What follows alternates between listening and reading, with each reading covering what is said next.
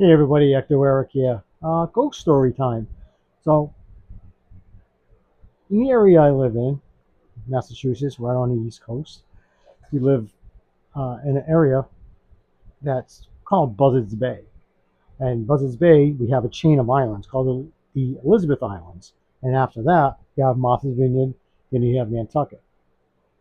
So, this area has been a haven for pirates. Yeah, actual pirates. Not as pirates, but pirates. Uh, so, there's been a lot of stories of pirates coming ashore to our small islands, dropping their plunder off, or, doing pirate stuff. Then, in I want to say the 1800s, we have small settlements back then. And there's a group that they used to call, and this goes from here, from where I live, all the way down to, like, say, Jersey, New York, New Jersey area. They were called wreckers. Now, these people, what happened, ships would, slam into the rocks, and the cargo of the ships would drift ashore and they would plunder it. That's what happens. Now, there's a several stories, and this story changes from people who tell you, but I will tell you the version I've always been told. That I want to say 1852, these wreckers that live on one of our local islands over here used to set up traps for ships. On a very moonless night, they would set up a fake light, like a lighthouse, have the ships come in close to where they thought it would be safe, but there's big rocks and the ships would, crash, and they would go out there and get the supplies off the ship and let the crew to die. So, this one story we were told, this woman, I think in this area was Elizabeth Morgan. Her family was part of the wreckers. They went out on a moonless night, set up a fake light.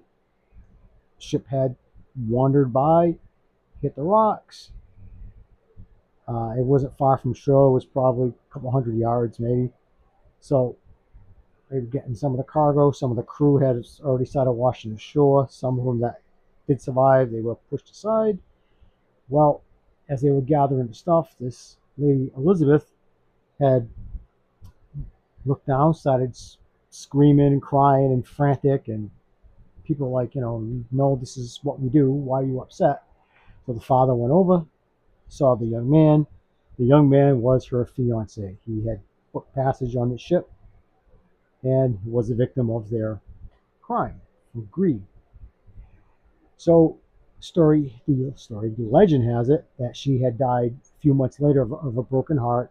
Whether it was suicide or broken heart, you can whatever you fill in the blank there. She died, and even to this day, you can hear whether it's the wind or it's her crying and wailing. It's hard to tell.